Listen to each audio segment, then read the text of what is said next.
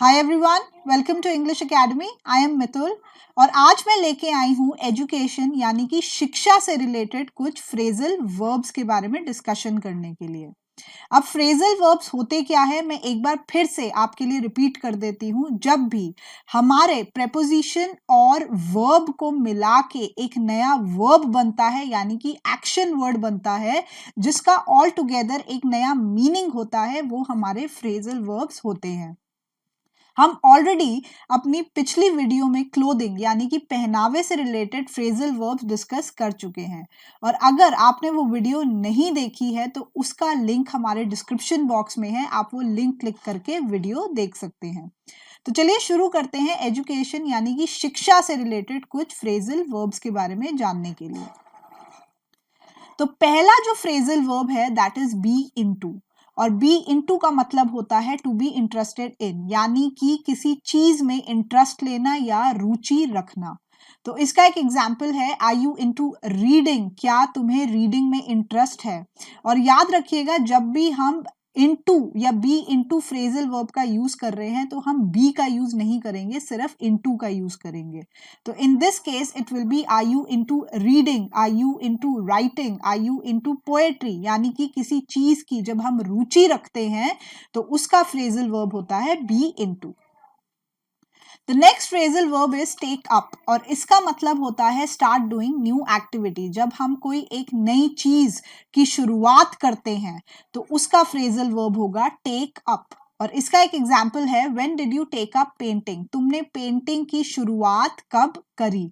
तो किसी नई स्किल या किसी नई नॉलेज के बारे में जानने के लिए जब हम शुरुआत करते हैं तो उसका फ्रेजल वर्ब होता है टेक अप।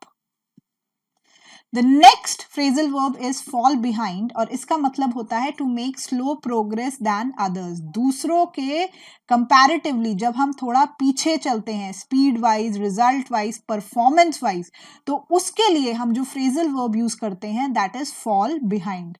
और इसका एक एग्जाम्पल है you are falling behind other students with your result. Result से रिलेटेड तुम बाकी बच्चों से पीछे चल रहे हो। तो परफॉर्मेंस वाइज जब कोई पीछे चलता है तो उसके लिए फ्रेजल वर्ब यूज होता है fall behind. The next phrasal verb is catch up with, और इसका मतलब होता है to improve and reach at other people's level. दूसरों के बराबरी पर पहुंचना, मेहनत करके दूसरों के लेवल तक पहुंचना, उसके लिए जो फ्रेजल वर्ब होता है that is catch up with. और इसका एक एग्जाम्पल है you need to catch up with your classmates, अपने क्लासमेट के बराबर तुम्हें पहुंचना पड़ेगा। तो हेंस इस मीनिंग का जो फ्रेजल वर्ब होगा that will B catch up with. The next phrasal verb is go over, और इसका मतलब होता है टू चेक समथिंग। इसका जो पहला मीनिंग है that is to check something, किसी चीज को चेक करना। और दूसरा का मतलब होता है प्रैक्टिस और repeat something for better learning, किसी चीज को बार बार प्रैक्टिस करना, लर्न करना, ताकि आप उसमें आप अपनी स्किल होन कर पाए, स्किल और अच्छी कर पाए। तो गो ओवर के दो मतलब हैं और एग्जाम्पल हमने उसी हिसाब से लिए हैं। Kindly go over this report again, इस रिपोर्ट को वापस से चेक करो। You need to go over this dance step again, इस डांस स्टेप को तुमको वापस प्रैक्टिस करके, लर्न करके होन करना पड़ेगा, hence go over. The next phrasal verb is read up on, और इसका मतलब होता है लर्न समथिंग बाय रीडिंग। जब आप कोई चीज सीखते हैं किसी एक चीज को पढ़कर तो उसका फ्रेजल वर्ब यूज होता है रीड अप ऑन। और इसका एक एग्जाम्पल है she needs to read up on French, French सीखने के लिए इसे फ्रेंच पढ़ना जरूरी है। तो हेंस इस मीनिंग का मतलब होता है, इस मीनिंग का phrasal verb is read up on. The next phrasal verb is hand in, और इसका मतलब होता है to submit your finish work, अपना काम, अपना असाइनमेंट जब आप जमा कराते हैं चेकिंग के लिए तो उस फ्रेजल वर्ब को बोला जाता है हैंड इन। और इसका एक एग्जाम्पल है teacher asked her student to hand in their assignment, teachers ने बच्चों को अपने असाइनमेंट जमा कराने के लिए यानी कि सबमिट कराने के लिए बोला। तो सबमिट कराना, जमा कराना यानी कि hand in. The next phrasal verb is hand out और इसका मतलब होता है give something to each person in the group. हर एक इंसान को एक नया पेपर पकड़ाना या एक असाइनमेंट पकड़ाना, तो उस phrasal verb को बोलते हैं hand out. एग्जाम्पल है my colleague handed out the appraisal letter to everyone. मेरे कलीग ने हर एक इंसान को अप्रेजल लेटर थमाया. तो किसी को कुछ थमाना, पेपर, असाइनमेंट या टेस्ट पेपर, उसका जो फ्रेजल वर्ब हमारा यूज होता है दैट इज हैंड आउट.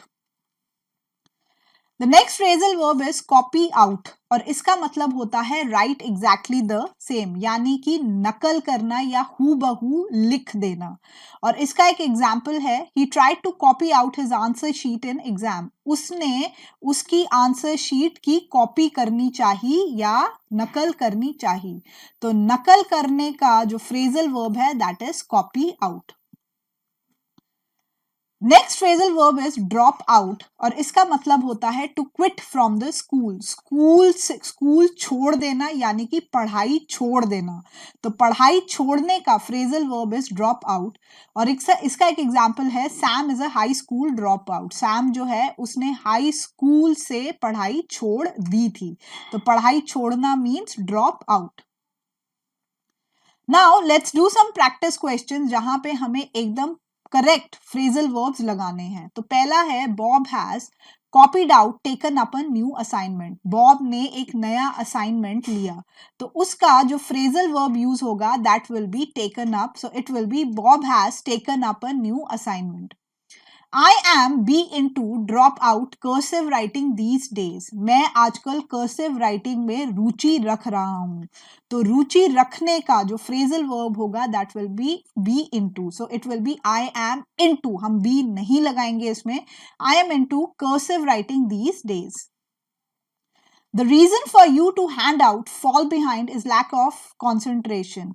तुम्हारे पीछे रहने का जो रीजन है वो है तुम कॉन्सेंट्रेट नहीं कर पाते या ध्यान नहीं दे पाते. तो इसका जो करेक्ट फ्रेजल वर्ब होगा that will B fall behind. So the reason for you to fall behind is your lack of concentration.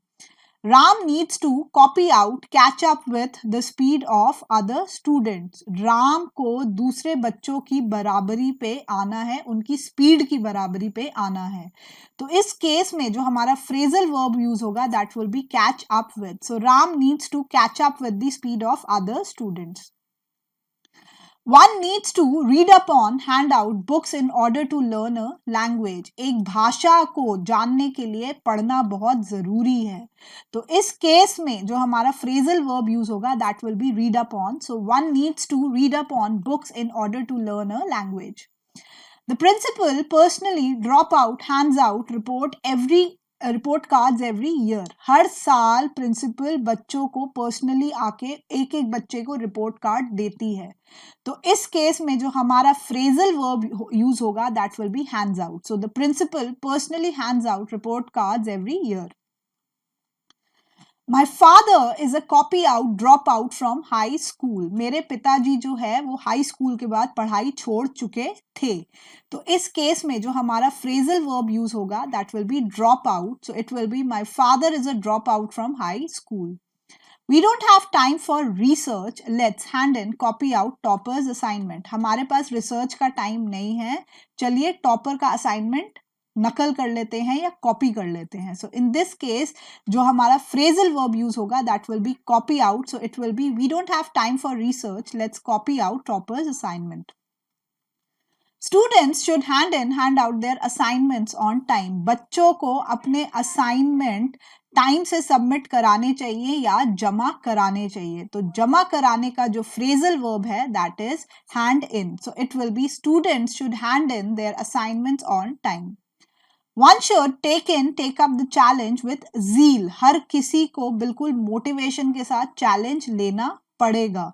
तो इस केस में जो हमारा phrasal verb यूज होगा that will be take up. So one should take up the challenge with zeal. So that was all in this video.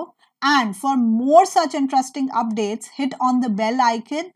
And if you haven't subscribed to our channel yet, that is English Academy, please do the needful. Thank you so much.